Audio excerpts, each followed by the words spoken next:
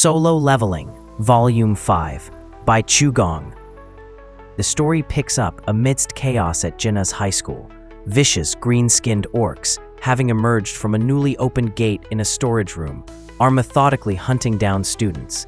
Having cleared the lower floors, a reconnaissance team of orcs reaches the upper levels, where Jinah and her classmates are trapped. Barricaded in a classroom, the students' terror escalates as the orcs break down the door. The orc leader, sensing Jinah's faint trace of magic power, targets her first. As its axe descends, 3 towering High Orc shadow soldiers, previously hidden in Jinah's shadow by Jinwoo, materialize. These formidable warriors, far larger and more powerful than the regular orcs, swiftly and brutally dispatch the reconnaissance team, forming a protective circle around a stunned but relieved Jinah. However, more footsteps echo from the stairwell. The main orc force, led by their heavily tattooed chieftain, Groktar, is ascending, drawn by the sounds of battle and alerted to the presence of the High Orcs. Meanwhile, Jinwoo is miles away at Gwangali Beach, participating in the A-rank raid with the Knights Guild. He has just entered the massive dungeon alongside Guildmaster Jongsu Park and Vice President Yoon Tae-jung. The dungeon feels strangely comfortable to Jinwoo, unlike the usual ominous pressure. The raid starts immediately with an encounter against a formidable 2-headed ogre, a gravekeeper, hinting at the dungeon's undead nature. The Knights Guild displays impressive teamwork, felling the beast without casualties, earning Jinwoo's quiet respect. As the raid progresses deeper, they encounter more powerful undead, vampires, liches, dreadworms. But these creatures seem unusually fearful, fleeing rather than fighting fiercely. While Jongsu finds this unnerving ease suspicious, Jinwoo feels a growing disappointment at the lack of challenge and experience points. Suddenly, Jinwoo freezes, sensing a disturbance through his connection to the High Orc soldiers guarding Jinah. His demeanor instantly shifts from relaxed observation to cold urgency. Ignoring the concerned healer Yerim Jung, he strides towards Jongsu Park, announcing his immediate departure due to an urgent matter. Jongsu, alarmed by Jinwoo's intensity and the potential danger of losing their S-rank support, protests. Jinwoo offers a compromise, summoning a replacement as reliable as himself. Expecting another S-rank hunter, Jongsu agrees, only to be horrified as Jinwoo summons Beru, the terrifying Ant King from Jeju Island, along with 20 ant soldiers. Leaving the stunned Knights Guild with their monstrous new allies, Jinwoo exits the dungeon, ignoring the baffled onlookers outside. He summons Kaisel, his shadow wyvern, and streaks towards Seoul, racing against time as he feels his soldiers protecting Jinah taking damage. Back at the school, the High Orc soldiers valiantly defend Jinah against Groktar and his bodyguards. Despite their regenerative abilities, they are slowly being overwhelmed by the powerful chieftain. Groktar, frustrated by the regenerating shadows and urged by the persistent voice in his head commanding him to kill humans, deduces Jinah is the key. He bypasses the High Orcs and seizes Jinah by the neck, intending to crush her. Just as he applies pressure, Kaisel's roar echoes from afar. Jinwoo crashes through the classroom window, landing protectively before his sister, just as Groktar instinctively leaps back. Jinwoo checks on Jinah, whose neck bears the chieftain's handprint, and reassures her before entrusting her and the other surviving students to Igris and other shadow soldiers for evacuation.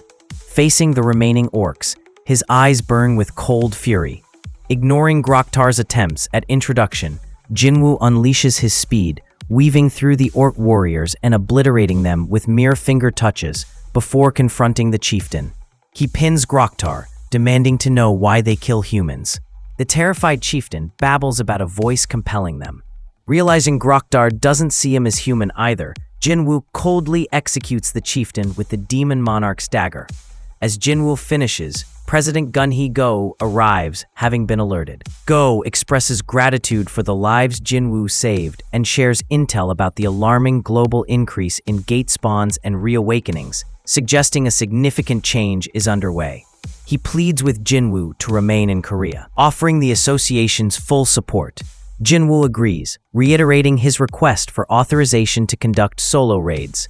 Simultaneously, the Knights Guild raid continues under Beru's command. The Shadow Ants slaughter the undead, initially devouring the corpses, much to the hunter's dismay, loss of essence stones. Yerim Jung is injured trying to intervene, but Beru disciplines the soldier responsible and heals Yerim with surprising proficiency. Beru then confronts the dungeon boss, an infamous Archlich. Recognizing Beru as part of the Shadow Monarch's army, the Archlich questions the attack, but is swiftly destroyed by Beru, who targets its life source, a pendant. The remaining undead controlled by the Lich collapse. The Knights Guild, awestruck and slightly terrified, completes the raid by simply following Beru's army, collecting the leftover loot. Jongsu and Yontae ponder the immense power Jinwoo wields and discuss the potential of merging their guild with Jinwoo's nascent Ahjin guild. Jinwoo, needing a third founding member for his guild, is introduced by Jinho to his cousin, Soo-hyun Yu, a beautiful and cheerful A-rank hunter known in the entertainment industry. Soo-hyun, initially skeptical of Jinho's venture, is instantly intrigued upon learning Jinwoo is the other founder and readily agrees to join. Meeting Jinwoo at the Ahjin Guild office, Jinchul Woo briefs President Go on the success of Jinwoo's request for solo raid permission, recounting the political maneuvering Go employed, leveraging Jinwoo's indispensable value and the hypocrisy of opposing politicians. Jinchul is then assigned to monitor Jinwoo's first official solo raid as the Ahjin Guild. The gate is an A-rank Naga nest. Jinchul, alongside a reluctant Jinho, acting as porter despite Jinwoo's attempts to dissuade him, witnesses Jinwoo's overwhelming power firsthand. Jinwoo summons shadow soldiers who effortlessly pass the minimum rank requirements. Inside, Jinwoo's soldiers decimate the Naga forces. Jinchul is stunned by the soldiers' individual power, Igris wielding lightning and their coordinated efficiency, not just fighting, but also excavating mana stones and collecting loot under Fang's direction, leading Jinchul to famously declare Jinwoo a walking guild, not just a one-man squad. Jinwoo dismisses his soldiers before the boss fight, wanting the experience points for himself. He easily defeats the boss-level Naga and its guards. This victory pushes Jinwoo to level 101. This triggers a significant system event. All his job-exclusive skills level up to level 2. Shadow Extraction's limit increases drastically. Shadow Storage gains a sensory sharing buff. Monarch's domain strengthens, and crucially, Shadow Exchange's cooldown is reduced from 3 hours to 2. Elated, especially by the reduced cooldown, Jinwoo extracts the Naga boss's shadow, naming the new elite knight rank soldier, Jinah.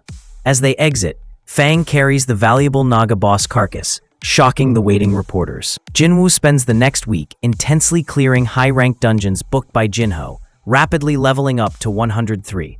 He tests the new sensory sharing skill, accidentally glimpsing Hain Cha showering, causing brief awkwardness, but resolving to apologize later.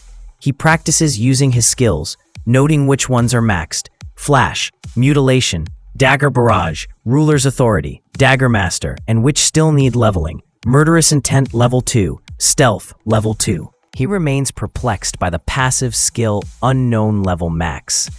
He reflects on Hayen's earlier relayed message from Byung-gu Min about his power being frightening. Meanwhile, the countdown on the Kartinin Temple key nears 0. In Japan, the situation is dire. The S-rank gate in Shinjuku is about to break.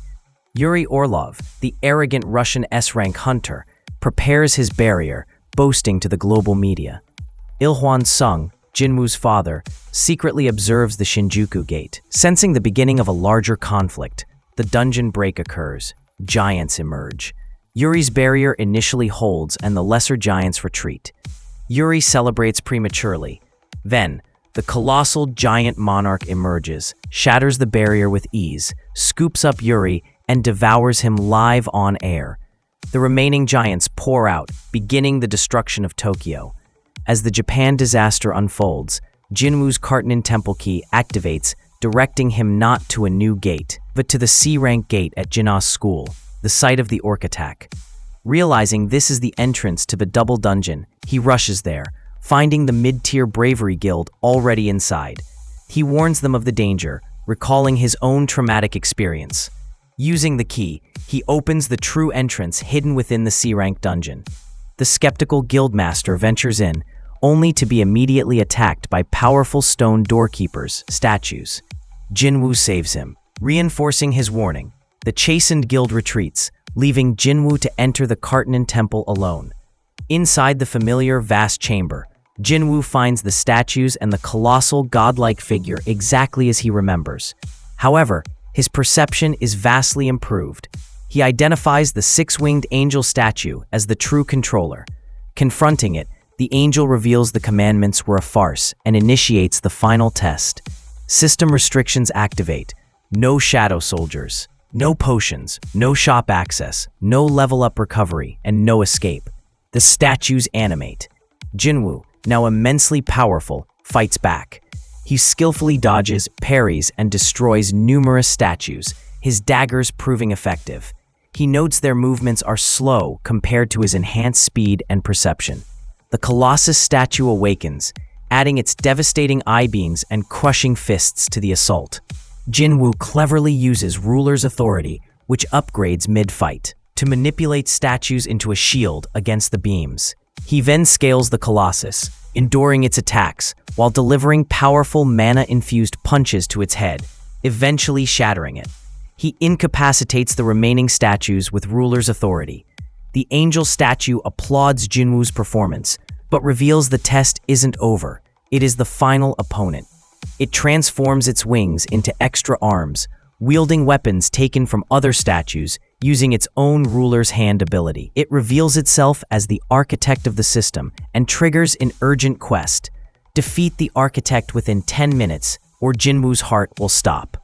Meanwhile, alerted by the Bravery Guild and sensing immense danger, Jinchul-woo requests backup. The Hunters Guild's elite team, including Jongin Choi and Heian Cha, arrives along with Jinchul's surveillance squad. They enter the double dungeon tunnel, feeling the oppressive mana.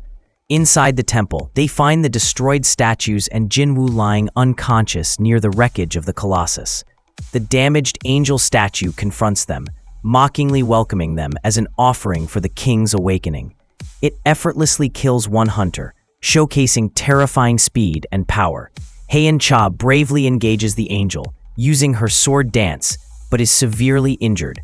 Jongin Choi attempts a desperate attack on the unconscious Jinwoo, theorizing the angel is protecting him and waking him might be key. The angel intercepts, enraged at the interruption of the king's sleep. It brutally defeats the remaining hunters, incapacitating Jinchul and nearly killing Heian, stopping only when it senses the shadow soldier hidden within her, Beru. Puzzled by Jinwoo's potential interest in Heian, it halts the massacre, intending to let her witness the king's rebirth while killing the others. Just as the angel declares its intent, Jinwoo awakens. Having experienced the data retrieval, witnessing a cosmic war between silver soldiers, angels, and magic beasts led by the original Shadow Monarch, realizing he now possesses a second black heart, granting immense mana, and briefly inhabiting the monarch's body, Jinwoo grabs the stunned architect by the throat, demanding, "What the hell did you do to my body?" Realizing Jinwoo has accessed the black heart yet retained his consciousness, the architect panics, ranting about other monarchs. It tries and fails to use system administrator privileges against Jinwoo. Seeing no answers forthcoming and enraged by the manipulation, Jinwoo destroys the angel statue. He quickly dispatches the remaining reactivated statues, saving the battered hunters. He learns from Heian about the catastrophe in Japan. Using Ruler's authority, he retrieves the bodies of the fallen hunters from the rubble, unable to leave them behind. He helps the injured Heian out of the dungeon. Back in the real world, news of the double dungeon incident breaks, overshadowed only by the ongoing destruction in Japan. The US reveals its own S-rank gate has appeared, dashing Japan's hopes for American intervention. Chairman Myung-han Yu arranges a private meeting with Jinwoo. He reveals his own diagnosis of eternal sleep disease and offers Jinwoo a blank check and his unwavering support in exchange for the cure Jinwoo used on his mother. Jinwoo, unable to replicate the elixir of life and wary of Yu's motives, politely refuses. Leaving Yujin Construction, Jinwoo sees horrific live footage of the giants rampaging through Japan, feeling conflicted but disgusted by their brutality. Over the next day, Jinwoo reflects on the architect, the black heart, and the confusing memories. He trains intensely with Beru, who encourages him to act on his desires like a true king. Jinwoo reaffirms his loyalty, willing to follow Jinwoo anywhere. Observing Jinah's lingering trauma solidifies Jinwoo's resolve. President Go holds the press conference, exposing Japan's past treachery and stating Korea will not send official aid. However, he concludes by announcing that one hunter, acting independently, wishes to go to Japan. Jinwoo Sung. The volume ends with Jinwoo having made his decision, poised to intervene in the Japanese crisis. If you enjoyed this book breakdown, please consider liking this video and subscribing to get notified when we post our next book.